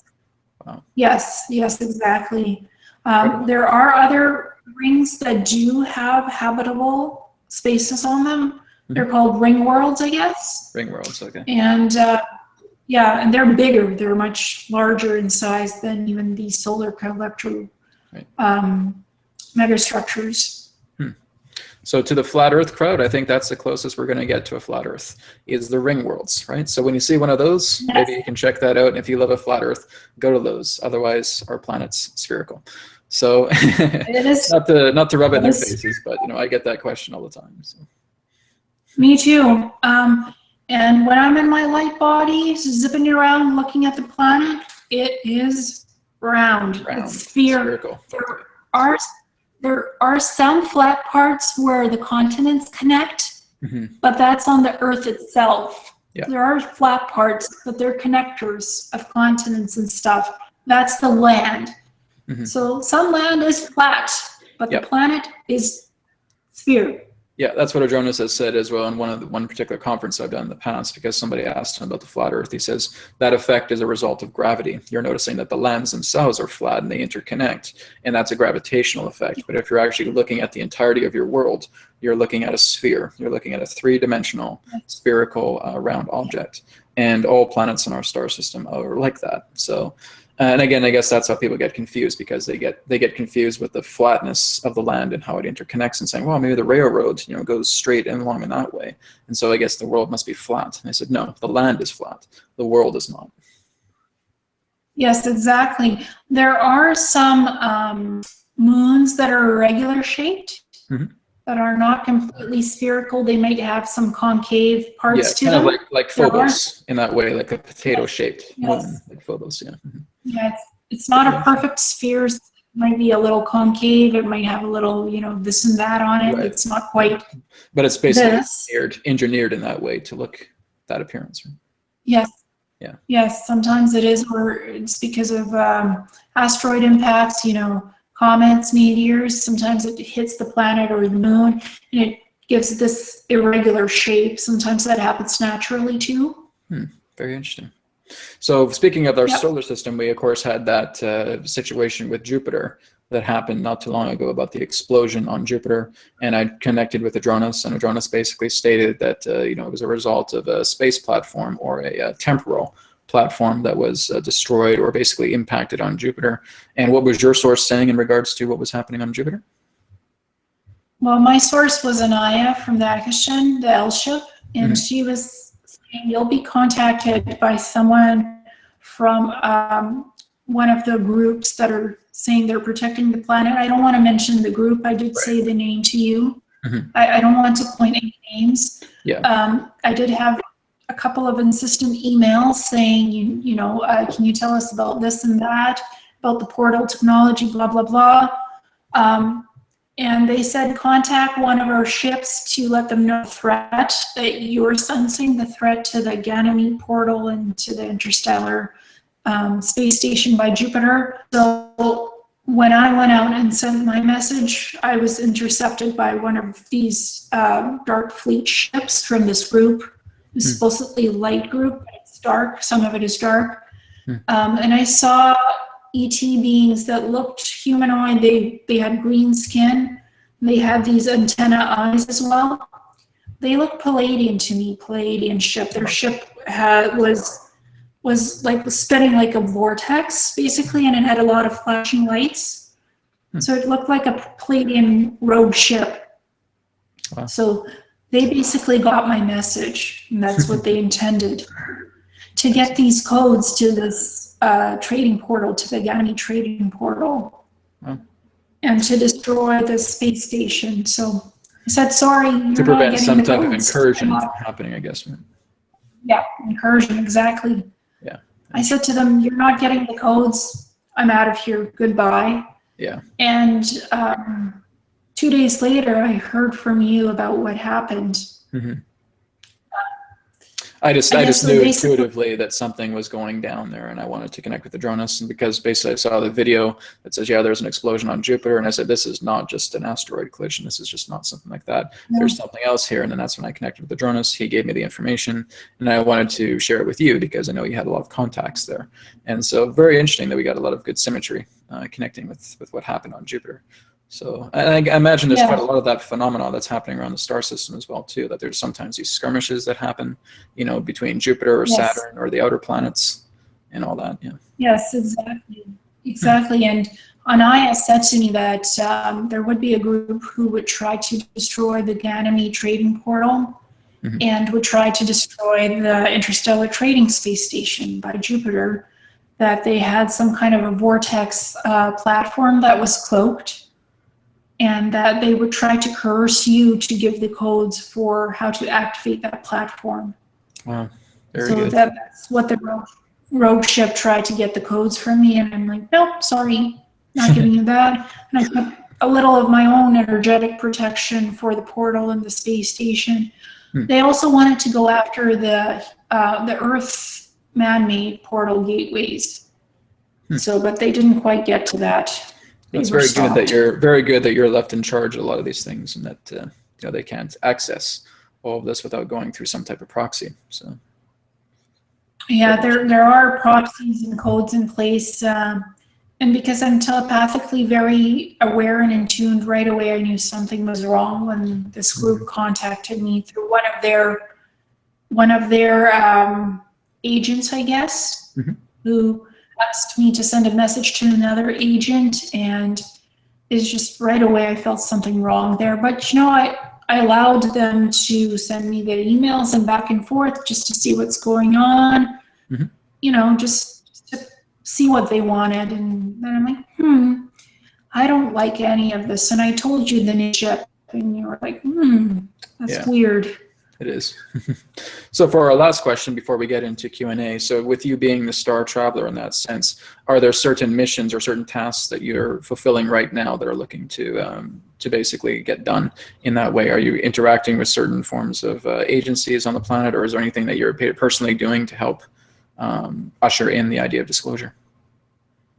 Yes, I was one of the people who went out astrally and tinkered around with CERN to make sure that wouldn't be fired off, because they wanted to stop. What happened there? Was there a certain technology that they were trying to activate? Yes, they have. Yes, CERN has technology, those spinning rings that the interplanetary corporate conglomerate has provided them with. So once those rings are active and they spin, they create a certain electromagnetic frequency, kind of like a beam being fired off into space.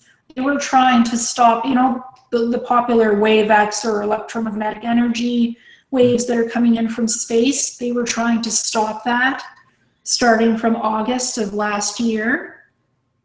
So I went in and just basically blew up all those rings and blew up some of their computer equipment. Wow.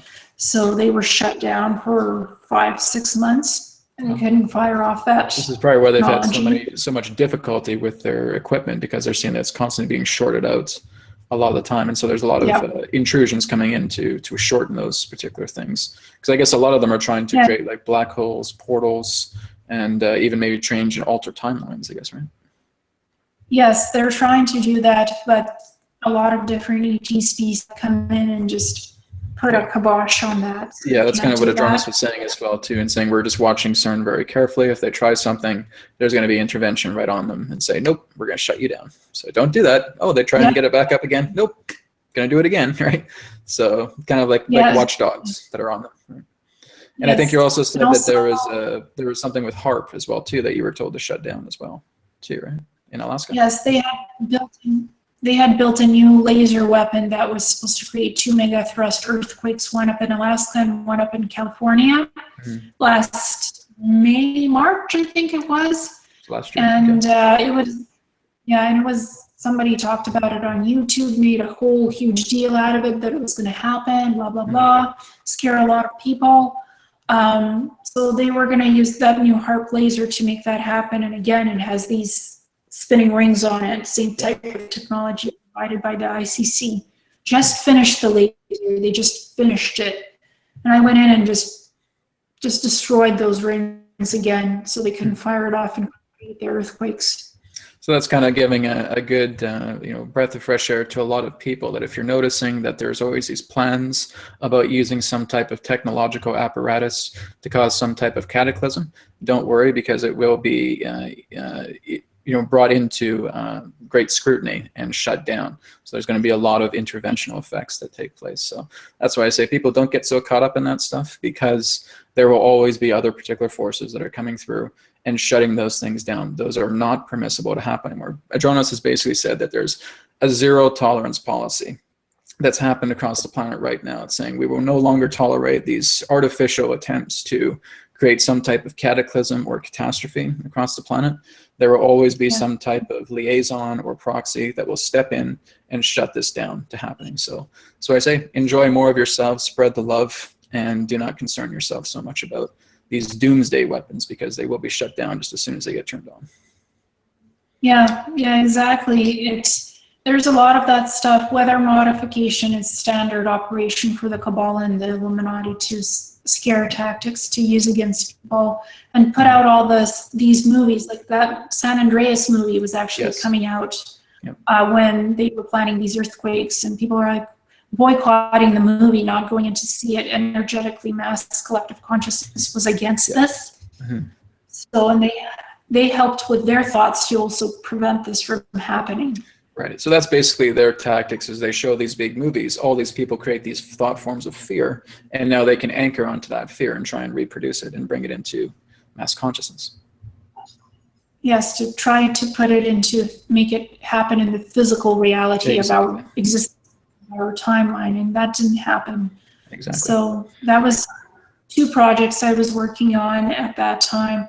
And also, a lot of the ET groups that I deal with, the Andromeda Council, the Pleiadians, the Arcturians, they had me create the messages from a Star Traveler website to basically talk about my encounters with them, my meetings, everything that I experienced. And I'm supposed to put it out there for the people to see and read about, as well as to do the YouTube channel, Awakening Cosmic Reality Show, to help with the awakening ascension process, to do interviews, interactive presentations, teaching, learning.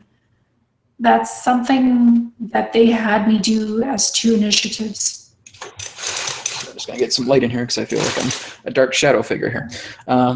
Very good. Yeah. What is your website for people who want to check out your site? It is, well, the address for the site is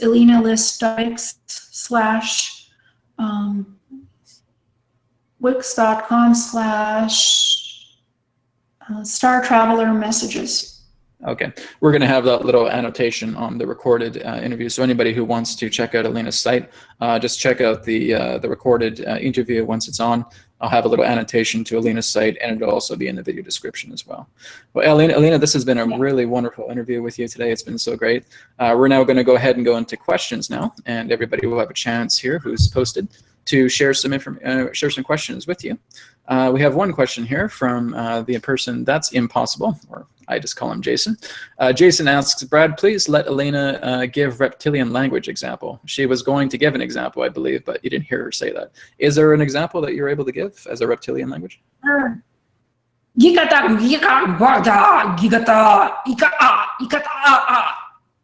Wow. That's powerful. That's a powerful language, so very good. All right, well, thank you, Jason, for your question. Let's move on to Bonnie's question here. Bonnie Daly asks, I'd like to know Adronis's perspective on this question. Well, we're not actually going to be talking to Adronis right now. This is basically just questions for Elena right now. But save your question for Tuesday, Bonnie. Right now, we're not focusing on Adronis. Okay, let me see. Here's one from Susan. Susan asks, Elena, I am so blown away. I have so many similarities in gifts, experiences, such as having a seat on a council of the white beings, traveling through wormholes, knowing we can channel languages, etc., but not the remembrance of when or where I acquired this. So again, it's just a statement that she too has similar experiences as well too. Have you heard about that, of a council of white beings traveling through wormholes? Yes, my friend actually, her ex had an encounter with beings called Shamara or Shania, and they're all white. They're glowing, and they can open up wormholes and close wormholes. So her partner has had an encounter, and I think she might have also had an encounter with them. And I've seen them. I've actually seen them around the Agartha network quite a bit. And they have light bodies, and they can take on human form as needed. Then the human form is dissolved, and they can travel as energy through wormholes and create their own portals. So kind of like hyperdimensional beings in that way. Yes. And you wanted to also talk about the making your own portal with your human body. That's right. Yeah, the human Stargate. Yeah, how does that work with the human Stargate? So basically, you have to raise yourself to a certain vibrational frequency where your body is ready to take on the more advanced changing your molecular structure in your body with your thoughts. Basically, you have to clear everything out of your mind. You have to have the clear intention, I am the human Stargate.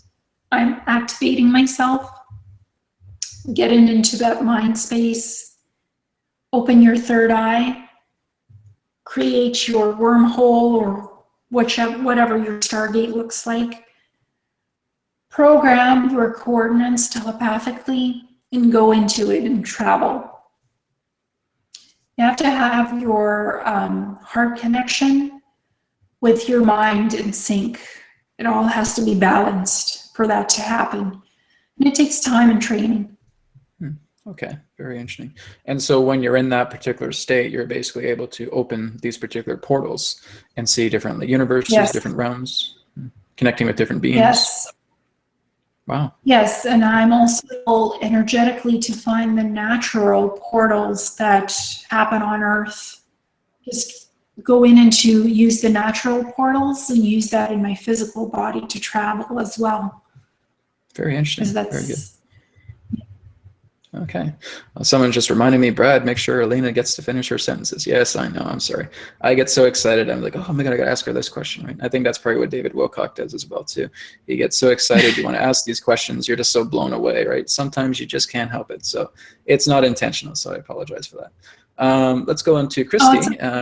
Okay. Thank you. Thank you. Christy has a question here. She says, hi, Elena. Have you had any experiences with feline type ETs? And if so, can you describe those experiences? Are they currently working with humanity? Thank you. yes, I've had feline experience of ETs called the Anusani, who are from the Vega Lyra star system. They were the first ones to teach me light language, actually. And they have somewhat pointed ears, silky fur on their body. They do wear clothing, and they live on a planet that's somewhat arid, so it's quite warm. So they have clothing that's very open, like tunics and stuff like that, so they don't become hot. As well, I met a very interesting Lyran ET being who's a female. Her name is Takar. She is with the Girk Near Alliance. She's a Lyran. She's 8'4". She doesn't have pointed ears, but she does have like flat ears and a bit of fur. Very fierce looking, but beautiful. She has access to providing people with their soul record information, and also just giving advice if you ask questions. So very nice. Very nice, yeah. I too have had some intuitive connections with some feline beings as well too. Adronis refers to these particular beings. They're kind of lion-like, lion or lioness, that exist in Sirius, and they refer to themselves as the Novans as well too, or what Adronis refers to them as the Novans. So yeah, quite a lot of different ETs on the feline level. There's also some others that exist within the Pleiades as well too. I've talked to quite a few people who've had some direct contacts with just the cat people in that way. Some of them come from the Pleiades, some come from Sirius, many other different realms as well too. But from what I've been told, they're just a beautiful race, many beautiful races of feline energies. And of course, looking back to Lyra as well too with the feline. Yeah. All right, so we have a question here Yes. from, yeah, you're right. We have a question here from Fex Phonics, I believe their name is. They ask, does spirituality propagate alien agendas? It depends. Sometimes yes, and sometimes no. You have to use your free will and discernment to figure that out. Mm-hmm. There is technology called Voice of God that tries to implant you with images and messages. So if you don't feel like it's true spirituality, don't let it invade your mind or your heart. Just say no. You have the free will to say no to something that you think is an agenda or propaganda, not true spirituality. Mm-hmm. Very so good. True spirituality feels light and it feels good. What doesn't feel good is often an agenda. Right. So basically a lot of these beings that are in contact with a lot of these races, or I guess you could say with our race in that sense, basically come to the earth and they see that there's people who are becoming very, very evolved. And so I think that will attract people more, beings more to us because, oh, well, they are also evolving themselves spiritually. And it may also attract other particular races that may have their own particular agenda and say, no, we need to fool them. Maybe think that they're a messiah, yes, or that they're coming in here and they're trying to throw a lot of wrench in the works. So it's definitely a very large dualistic platform when it comes to agendas that attract other beings. Yes, and also the interplanetary corporate conglomerate sometimes masquerades as ET beings as well with their Voice of God technology. Right. So sometimes it's breakaway civilizations that masquerade as ETs. So you really have to ask them some questions. Who are you? What do you want with me? Tell me the whole truth and nothing but the truth. Those are the protocols I use when I make contact with new ET races that I don't know. Mhm. And I make them go through an interview process with me before I will, make contact, full contact with them. Ask for them to tell you the truth because they're under a certain obligation to do that too. Wow. Tell Very them good. don't lie to them.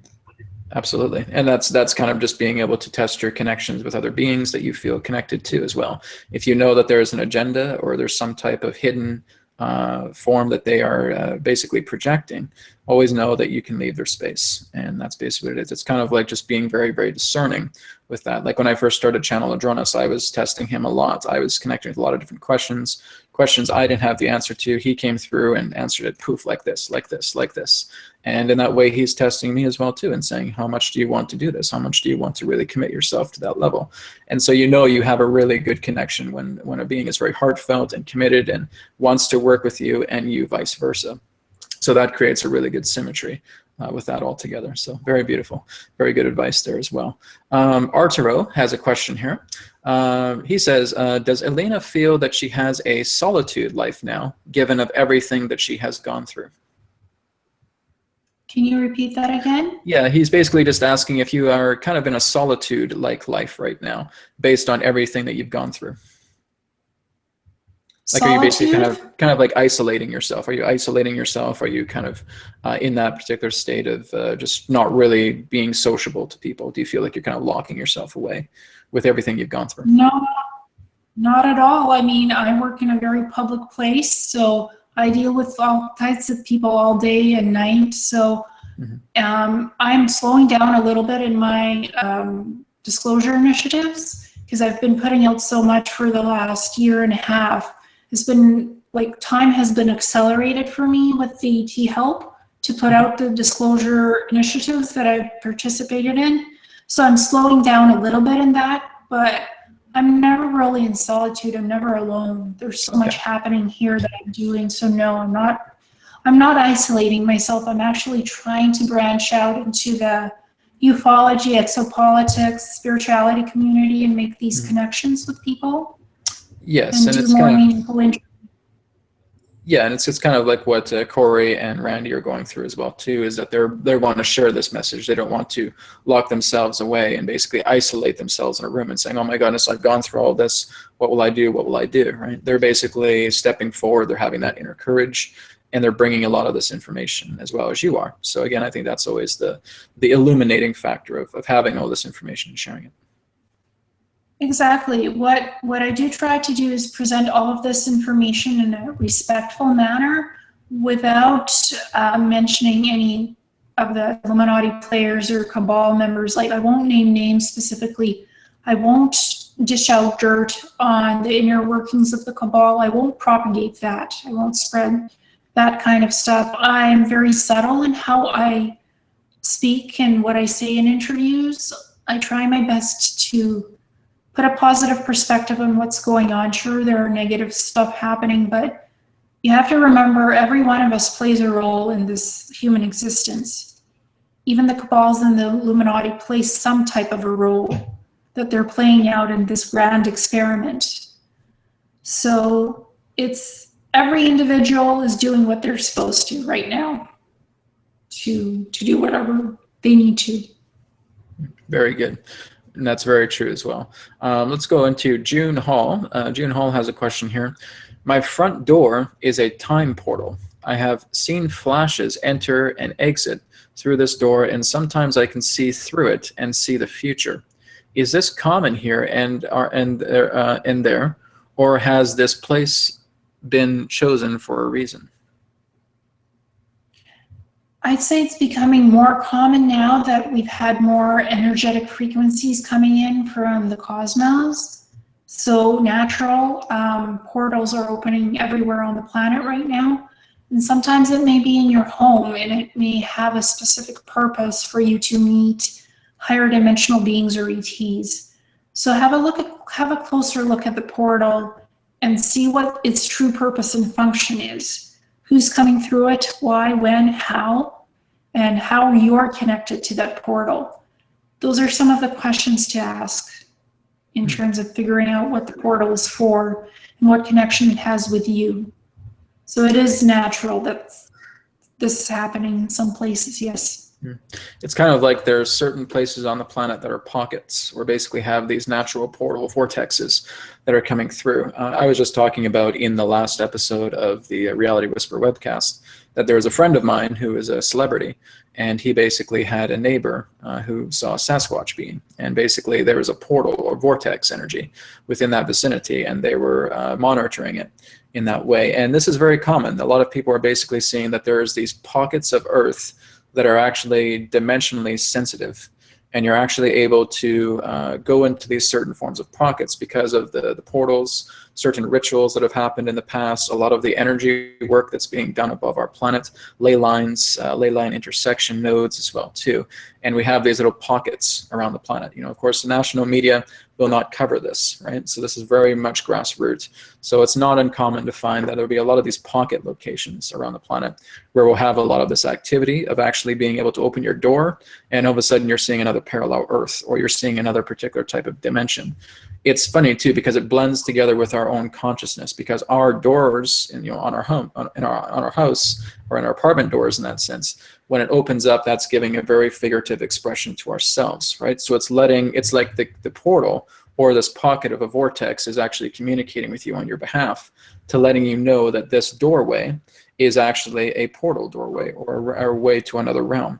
So, you know, again, our world is very magical in that way, you could say. A lot of different forms of vibrational transformations taking place with the pockets of our planet. So my advice to June as well too is just being able to sit with that energy, do a meditation on that door. The last time that you saw it, connect with it and see what it's attempting to tell you. This can also be something that is sent to you as well too. Some portals in that sense can actually be remotely activated and actually transmitted to a person, and they can actually have this particular type of experience. So June, my recommendation, sit with that door, go back into that moment where you had that happen, and communicate with it, and just talk to it and see what happens. And sometimes you create your own natural man-made portal because you have the desire to travel somewhere on the planet or off planet, like somewhere on Earth. So you create this portal to do it through that. And your own frequency energies, because you're evolving perhaps, or something specific is happening in your life where you've manifested, you wanted this portal subconsciously, and you've manifested it, and now it's here, and you want to travel somewhere on the planet, off planet, or to another dimension. So that's another question to consider. Exactly. Yeah, it's very true. And again, it's looking at that our world is not just a physical, you know, materialized planet. There's so much happening on our world that is very energetic, that is very astral, that is very etheric, that is very spiritual. You know, we're living on a spiritual haven. That's what the Earth represents. So the more that we can really just open ourselves up to saying that the Earth is not just some physicalized material. You know, we're looking at something that is very real, very dimensional, that is just as rich in spirit as we are. And so when you start to look at it in this way, you'll start to see how everything really just kind of connects together. So very good. Thank you very much, June, for sharing that information. We have a question here from Sergey. Sergey asks, Elena, currently general population on Earth is moving from the 3rd to 4th density, or up into the 5th dimension. Are the typical human secret space program members basically the same 3rd to 4th density species, just with a lot of technological toys, or are they spiritually evolution accelerated? I'd have to say they're people like with a lot more technology, so they have a lot more advantages in what they can do and travel out in space, you know, meet ETs. We often here on Earth don't meet ETs. They have a lot of opportunities to meet different ET species, go on different planets. I'd say it really depends on how positive or negative you are in your spiritual evolution, and it's the same for them. They're people like us, just more advanced in their technology and their awareness, knowledge of what's going on outside of Earth, what's going on in space. So they have more knowledge and information than we do. But we're evolving just as quickly as they're evolving. There's no real difference between them and us. We're all human beings. We're all doing our thing here on Earth or off planet. and we're evolving. We're definitely evolving. Very good. So I don't think there's a difference between us. Just they're more technologically advanced than we are. Very good. Cheyenne asks here, I'm curious if Elena knows why she was chosen for this task. Like, why were you chosen to, be part of this whole particular mission that represented, being part of the secret space program and being able to interact with a lot of these different alliances? Were you ever received that information about why you were specifically chosen for that? That was always my mission as the Star Trek. I just came back here to help this planet to witness its ascension process and to experience this ascension. Because I've always helped to implement ascensions on other planets, but I haven't been part of the process as a human being on a planet experiencing it. So I wanted that experience, and my primary mission right now is disclosure and getting information out there. That's true info, it's not psyop created. So that's why I'm here. And I've always losing my voice here. That's okay. I've always interacted with different ET species as the Star Traveler. So it's just part of my life. Exactly. There you go. And so and that's basically it. We don't always know why we're chosen. We just are. And it's basically just accepting that this is what we have experienced. We never need to justify that experience about what we're actually here to do. I never thought I would be a channeler communicating with a Syrian extraterrestrial. I never thought I'd be a psychic because I was never into that stuff when I was younger. And here I am doing with that right now because I've just accepted what it is. We can always try and reminisce about some type of technicality about why we're doing what we're doing. Doesn't matter. What matters is that you're experiencing it, that you're present, that you're doing this, and this is what you're here to do. And that's really the only reason you need, right, to look into that. So again, thank you very much, Cheyenne. Yep. Anything else? Yeah, exactly. It's part of your awakening process, I would say, as well. Right. That's what you naturally came here to do in the first place. Before you were born, you made a certain agreement that you wanted to help the planet, you wanted to help the people, and you're now doing the work that you're supposed to, whether you know it or not. Exactly, you're right. Stephen here asks, can you tell me of my positive elite space aspect in this aspect helping with, I'm just trying to read this question, I'll make sure it's okay. Okay, basically I think he's almost asking for like a type of reading here, but because you can't really see the person, it may not work. Stephen Helms is just asking if you can tell him about his positive elite space aspect helping with these projects and is an albino reptilian Mars. I'm sorry, I can't even really read the question too much. Steve, you're gonna have to retype it. I'm really not too sure about what you're asking. I have an answer to that. Okay. I no longer do psychic readings, and especially asking me like this. It's everybody is different. Everybody has their own purpose, and they might have been part of a space program. They might not have. I would suggest doing some past life regression work, hypnosis or meditation, and I have a meditation like that on my YouTube channel. So try that and see what information you can learn from that. Right. I've had a lot of people asking me for psychic readings, and it was a pilot project that I did temporarily. It was something that I was supposed to work with the energies, but I'm not doing that work any longer. So just keep that in mind if you're asking questions like that, okay? Very good, yeah. And I get these questions quite a lot about, people want to know about their different parallel aspects and different parallel realities. It's basically just being able to have some time to really go into the concentration, to connect with their energy, and being able to share a lot of that information. So really with a lot of the personal questions, guys, we have to save those for, private sessions and private readings. It does take some time to really, connect to that person's energy and get that information. So, but that can be something available, but we're just going to kind of stick to more of the general questions for now. Corey here, yes. Corey St. Pierre asks, how can I regain my memories? As I think I may have been a part of this, as I have had many occurrences when I was younger. None of recent, but can we do a session to find out if there's a possibility I've been regressed? So basically a person who may feel that they've had these particular types of experiences, is there something that they can do to help remember a lot of these memories or regain them? Well, like I was saying, For the previous question, you would need to do some past life regression, soul reconnection sessions with a trusted person who could do that for you, a trusted shaman, a trusted psychic. But do some research to make sure this person can really help you with that. And you can try my past life regression meditation as well. It's for free. It's on the Awakening Cosmic Reality Show YouTube channel. You can explore that aspect of yourself. Do some meditation and you'll get some clear answers when you're practice opening up your third eye so you can see things psychically and telepathically. That's what I had to do to remember all of this stuff. I really had to learn shamanism. I learned white magic, Reiki. I learned a lot of spiritual modalities to basically help me with this stuff. Very good.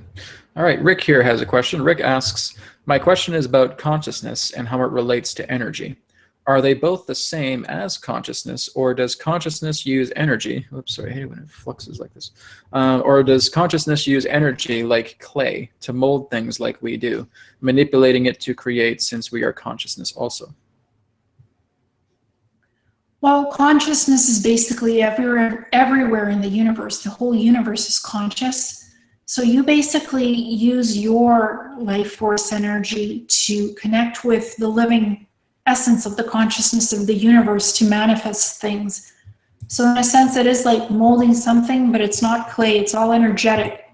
You use your heart, your mind, your feelings to manifest things from the etheric level onto the physical plane of existence. So you are tapping into the consciousness of the living universe to do this. Very good. That's how this has worked for me. And it could work faster for others or slower, depending on what you're doing and trying to accomplish. Very good. All right, Rick, I hope that answers your question. Here's a very sweet question here from someone named April Wright. April says, I move frequencies and energies in and out of people to help them feel better. Is this taught in the program? And may I be of assistance to you? So it looks like April wants to help you out. Basically, April, again, we'll have Elena's website up on the recorded broadcast. So maybe if you want to drop Elena an email, if you want to be able to be of service and help out in that way, you and Elena can talk about it. But is this something that's taught in the space program about moving in and out energies, frequencies in and out of people? Yes, the space programs do teach us how to work with certain vibrational frequencies and energies and how to manipulate that to heal people or to cause them harm as well. So it can work in both ways because you are taught to how to manipulate energy. And that's a core aspect of the intuitive empath training in the space programs, to work with energies, manipulate them, create them, destroy them. It's like having Jedi abilities. So that's a huge part of the space program. Yes. Very good. All right. Well, that is going to... Sorry? Can I just answer this? Yeah, go ahead. Sometimes you naturally have these abilities as part of your evolutionary process to move energy. It just naturally happens to you with those abilities.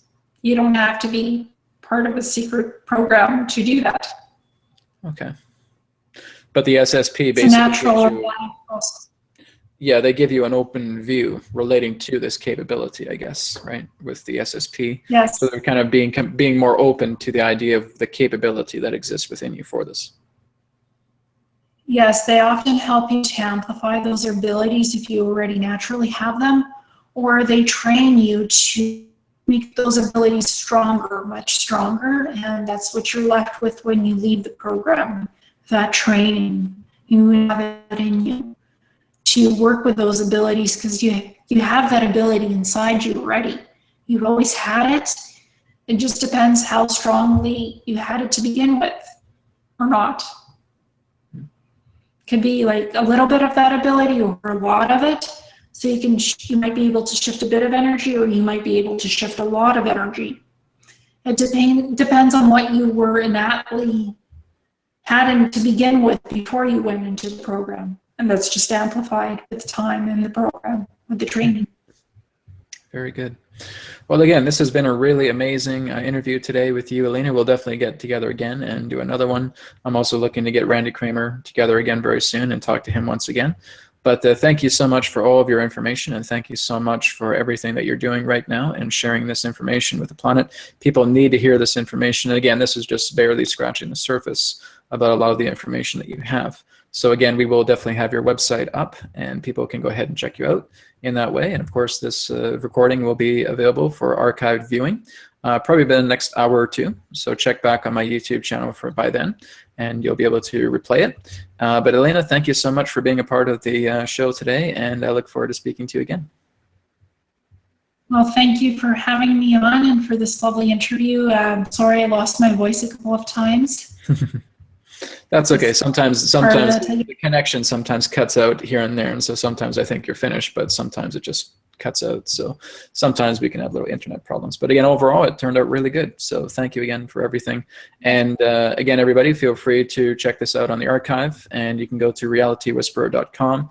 This will also be up there as well. And don't forget to check out Channel Nexus, which is again coming up here April 24th. And of course, the next Reality Whisperer webcast, which is coming up this Tuesday, starting at 6 p.m. Pacific, 9 p.m. Eastern. So thank you very much, Elena, and thank you everybody for answering providing your excellent questions. And look forward to speaking to you again. Take care. Much love, guys. Namaste. Bye.